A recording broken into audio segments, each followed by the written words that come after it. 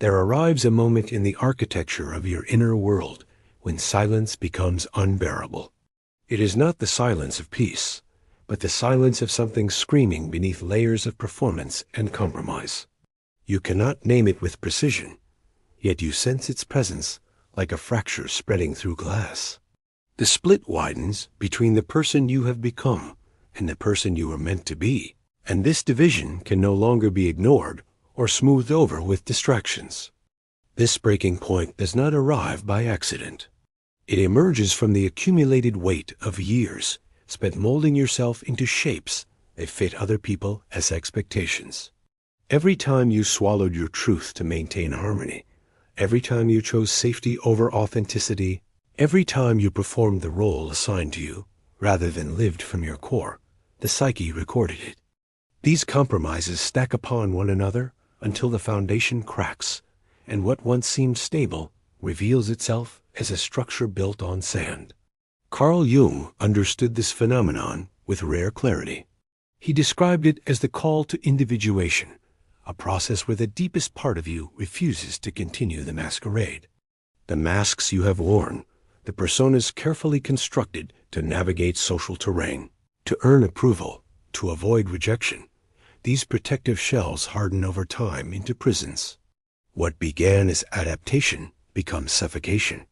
The soul will tolerate this imprisonment only so long before it demands liberation, and its demands grow louder with each passing season of inauthenticity. Consider the life you are living now. Examine it without the filter of justification or the cushion of rationalization. How much of your daily existence reflects genuine choice versus inherited obligation? How many of your relationships energize your spirit versus drain it through the slow leak of resentment? How often do you move through your days with presence versus the numb automation of routine? These questions cut through the comfortable lies we tell ourselves about contentment and stability. Perhaps you occupy a position that provides material security while steadily eroding your sense of purpose. The salary arrives on schedule. The benefits package looks impressive on paper. Yet something vital withers inside you with each passing week. Or perhaps you remain bound to a relationship that once held promise, but has deteriorated into a performance of connection without its substance. You go through the motions, speak the expected words, maintain the facade, all while feeling increasingly disconnected from both your partner and yourself. The trap can be even more subtle than external circumstances. Sometimes what imprisons you is the terror of disappointing those whose approval you have spent a lifetime seeking. The thought of deviating from the path they envisioned for you brings waves of anxiety and guilt. The weight of familial expectation presses down with suffocating force, making even the consideration of alternative futures feel like betrayal. Yet this loyalty to others' visions often represents disloyalty to your own soul. Jung warned that the greatest danger facing modern humanity is not traumatic collapse, but quiet conformity. The true catastrophe is not the life that falls apart spectacularly, but the life that continues functioning while being fundamentally false. It is entirely possible to check all the boxes of conventional success while experiencing profound spiritual bankruptcy. You can possess everything society promises will bring fulfillment and still feel the hollow echo of meaninglessness reverberating through your days. This is why the call manifests through suffering. The psyche does not begin with crisis. It starts with whispers, gentle nudges, subtle discomforts. Perhaps you notice yourself feeling inexplicably sad after achievements that should bring satisfaction.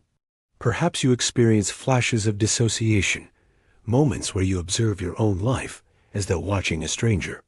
Perhaps your dreams grow more vivid and disturbing, filled with symbols of confinement and pursuit. These are the early warnings, the psyche's attempt to communicate through quiet channels. When these whispers go unheeded, when the gentle signals are ignored or suppressed, the volume increases. What began as vague unease intensifies into persistent anxiety. Fatigue becomes chronic exhaustion. Doubt transforms into existential dread. The psyche escalates its communication because it must. It cannot allow you to sleepwalk through the only life you will ever have. So it raises the stakes, amplifying discomfort until it can no longer be dismissed as temporary stress or normal adjustment. Then something remarkable occurs within this escalation. As your internal world reaches critical pressure, you begin attracting the precise messages needed for awakening. This is not mysticism but psychology. Your heightened state of readiness creates a kind of perceptual filter. Where you once scrolled past certain content without noticing, you now stop and absorb it. Where you once dismissed particular ideas as irrelevant, you now recognize their significance. The unconscious mind, that vast intelligence operating beneath conscious awareness, actively searches for keys to unlock your prison. This video, these words, this moment of connection between text and reader, this represents one such key. You did not arrive here through random chance. Something in you recognized the relevance before your conscious mind could articulate why. The unconscious possesses its own wisdom, its own system of navigation. It guides you toward what you need, even when you cannot explain what that need is. This symbolic intelligence operates through pattern recognition and resonance, drawing you toward messages that mirror your internal state. Every feeling you have been labeling as weakness or failure deserves reinterpretation. The fear that grips you when you consider changing your circumstances is not evidence of inadequacy. The shame you feel about your dissatisfaction is not justified. The anger that rises when you confront how much of your life has been spent serving other people as agendas is not excessive. These emotional responses are diagnostic tools, indicators that the structure of your current existence has reached its natural limit. You are not broken. This essential truth must be absorbed fully. The pain you experience is not pathology, but information. It is the sound of outgrown structures cracking under pressure. It is the signal that transformation is no longer optional, but necessary. It is the alarm that refuses to be silenced, because silence at this point would be complicity in your own diminishment. The suffering is terrible, yes, but it is also purposeful. It marks the boundary between the life you have been living and the life that waits on the other side of courage. This moment cannot be postponed any longer. Every system has a breaking point, and you have reached yours. The question is no longer whether change will occur, but whether you will participate consciously in that change or be dragged through it by forces you refuse to acknowledge. The call has been issued. The messenger has arrived. What happens next depends entirely on your willingness to listen. The majority of human beings move through existence as sophisticated automatons. They wake to alarms, fulfill obligations, produce outputs, consume entertainment, and collapse into sleep before repeating the cycle. This pattern is not questioned because it is common, but commonality should never be confused with health or wholesomeness. You were conditioned from earliest consciousness to value predictability above authenticity, to seek approval above self-knowledge, to follow established pathways rather than forge your own. The lessons were subtle but pervasive. Do not make trouble. Be grateful for what you have. Follow the timeline laid out before you with minimal deviation. The implicit contract was clear. Conform to these expectations, and you will receive security, acceptance, belonging. Deviate from them, and you risk exile from the social order. This bargain seems reasonable until you realize what it costs.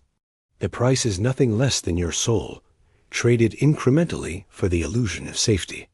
Jung identified this phenomenon with surgical precision in his work on mass psychology.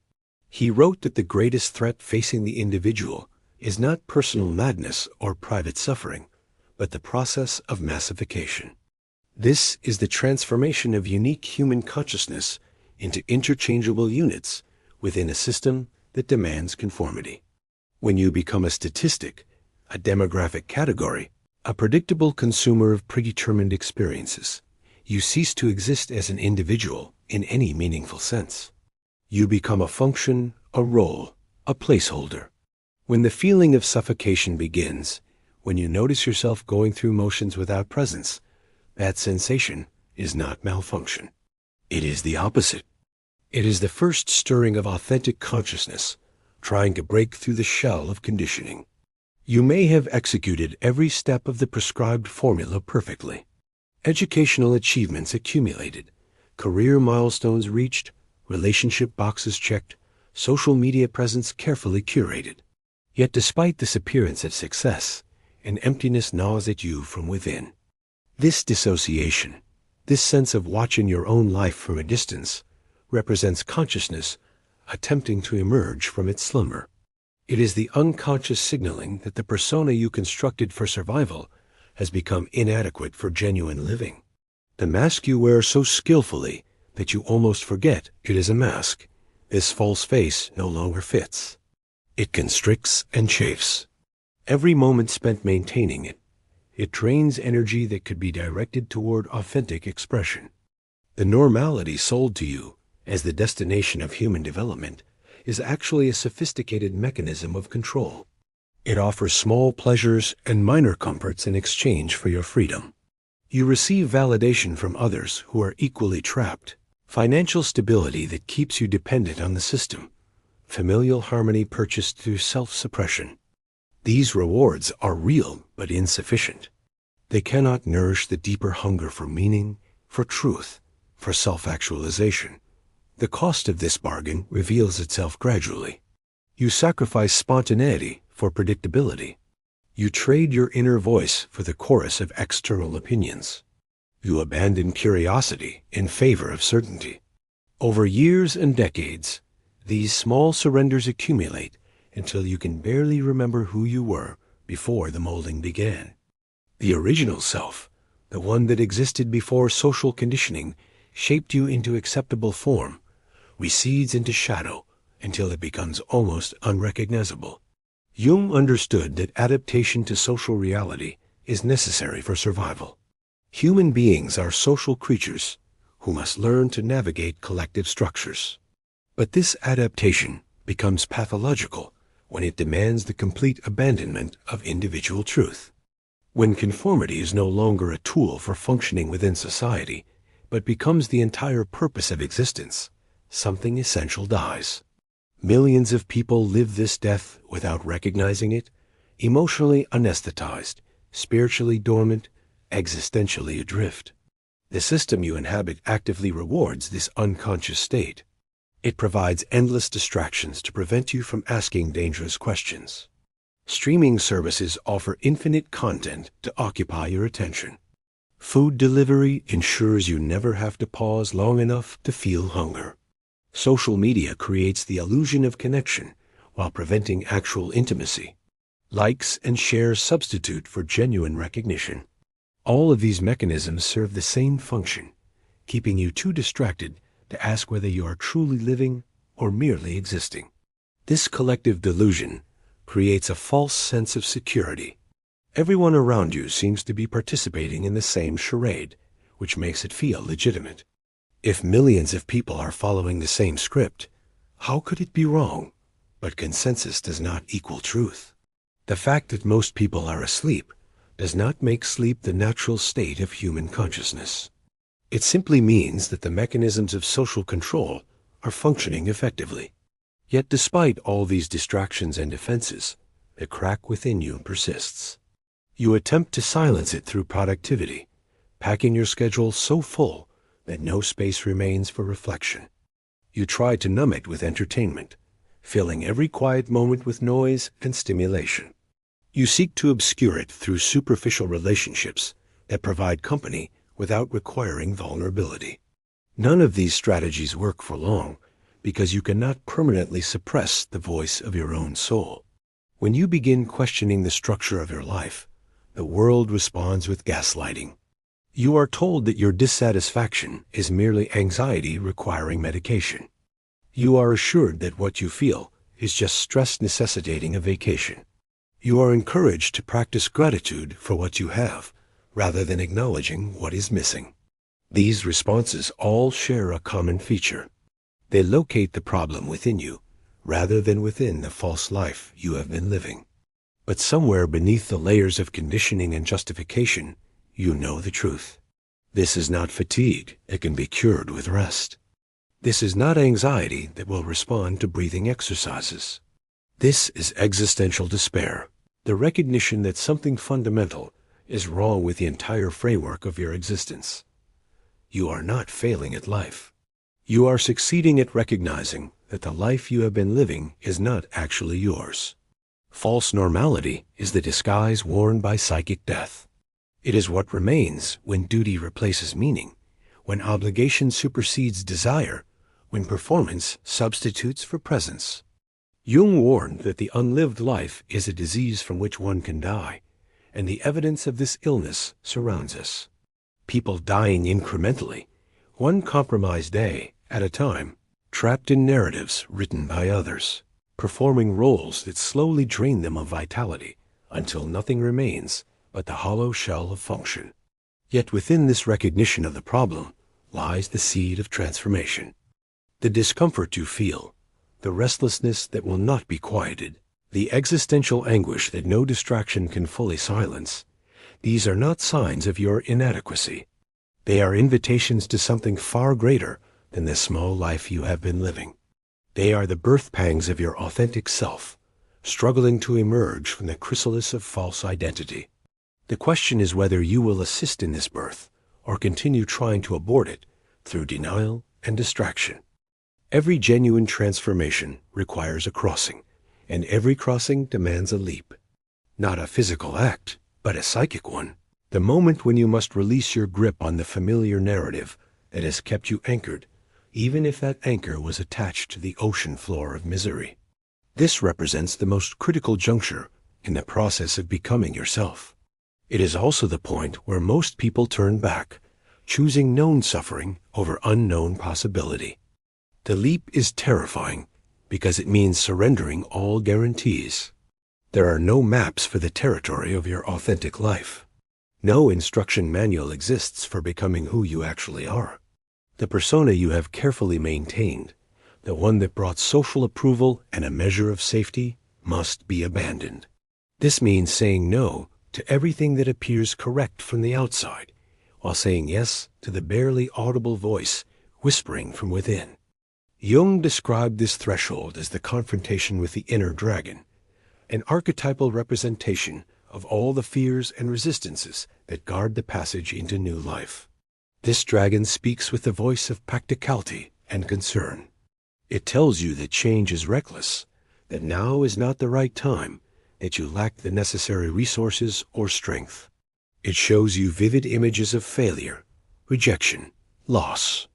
It reminds you of everyone who will be disappointed, everyone who will judge you, everyone who will say they knew you would fail. The dragon knows that if you cross the threshold, it dies. An ego structure built around false identity cannot survive contact with authentic selfhood. So it fights for its existence with every weapon at its disposal, deploying fear as its primary defense. The terror you feel at the prospect of change is not a warning that you are making a mistake. It is confirmation that you are approaching something real, something that threatens the comfortable prison of your current existence. This is the truth that few have the courage to speak plainly. The fear you experience at this moment is not a sign to retreat.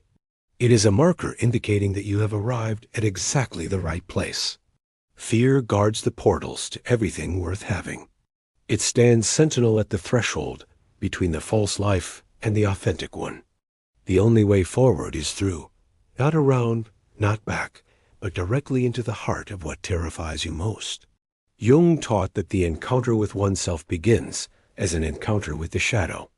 Before you can access the freedom and wholeness you seek, you must face everything you have been avoiding. The fear of rejection that has shaped so many of your choices must be looked at directly. The terror of failure that has kept you playing small must be acknowledged. The grief of losing the person you thought you were supposed to be must be felt fully. This confrontation is not comfortable or quick or clean. It is descent before ascent, death before rebirth. You will be required to sit with emotions you have spent years running from. Anger at the time wasted living falsely, shame about the compromises you made, sorrow for the parts of yourself you abandoned to gain approval. All of this must be metabolized, integrated, transformed from poison into medicine. But once you cross this threshold, even if you stumble across it, even if you cross it weeping and uncertain, you discover what exists on the other side of fear. Actual life. Not the performance of life, not the simulation of life, not the shadow of life, but the thing itself. Presence instead of dissociation. Authenticity instead of performance. Meaning instead of empty motion through predetermined patterns. You do not need to be fully prepared to make this leap. No one ever is. Readiness is not a feeling that arrives to grant permission. It is a decision made in the absence of certainty, a commitment made despite doubt. What you need is to become sufficiently exhausted by the pretense, disgusted enough by the compromise, brave enough to say that you no longer know what comes next, but you cannot remain where you are. This is the dividing line between those who sleepwalk through existence and those who dare to wake up. Most people will choose sleep because wakefulness is demanding. It requires that you take full ownership of your life, that you stop waiting for external rescue, that you accept radical responsibility for your own transformation. No savior is coming. No perfect moment will arrive. No one will grant you permission to live authentically. You have been conditioned to wait for these things, to wait for someone to recognize your suffering and offer salvation, to wait for circumstances to align perfectly, to wait for courage to spontaneously appear. But this waiting is itself a trap, a way of remaining passive while calling it prudence. The archetype of the external rescuer is a childish fantasy that you must outgrow if genuine change is to occur. Jung was explicit that individuation cannot be outsourced. No therapist can walk this path for you. No teacher can grant you the self you seek. No partner can complete the work that only you can do. Every step must be taken by you. Every choice must be made by you. Every fall must be experienced by you, and every rising must come from your own will to continue. Radical responsibility does not mean that you caused everything that happened to you. It means that from this moment forward, you are responsible for not remaining stuck. Even if others created the wounds, you alone must tend to the healing. Even if the system is designed to keep you small, you alone must choose to expand. Even if the pain was inflicted by forces beyond your control, you alone must transform that pain into power. The invisible line separating the life you are living from the life you came to live is made entirely of fear. On one side is the false comfort of the familiar, the safety of the cage, the numbing predictability of a life lived according to someone else's script.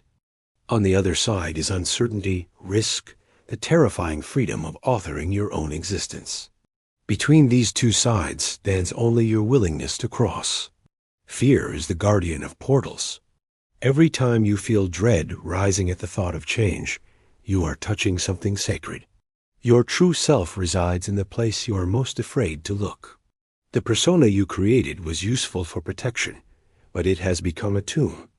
A key to resurrection lies buried in the soil of your terror, and you must dig through that dark earth to retrieve it. What you call existential crisis, emotional breakdown, or spiritual emergency is actually the dismantling of false structures to make room for authentic being. The pain is not evidence that something is wrong with you. It is evidence that something is finally going right. The soul refuses to continue the charade. It demands liberation, and it will accept nothing less than your full participation in that liberation. No one will come to rescue you. There will be no clearer sign than the discomfort you feel right now. There will be no more obvious invitation than these words reaching you in this moment. The choice exists only in the present, and the present is here. Will you continue dragging yourself through a life that slowly kills you, or will you cross the threshold into authentic existence? The life that belongs to you waits on the other side of courage. It does not wait patiently forever. Every day spent in false comfort is a day stolen from genuine living. The crossing is available now, not someday, not when conditions improve, not when you feel ready, but now. The only thing required is your decision to stop betraying yourself and start honoring the truth of who you actually are beneath all the layers of conditioning and compromise.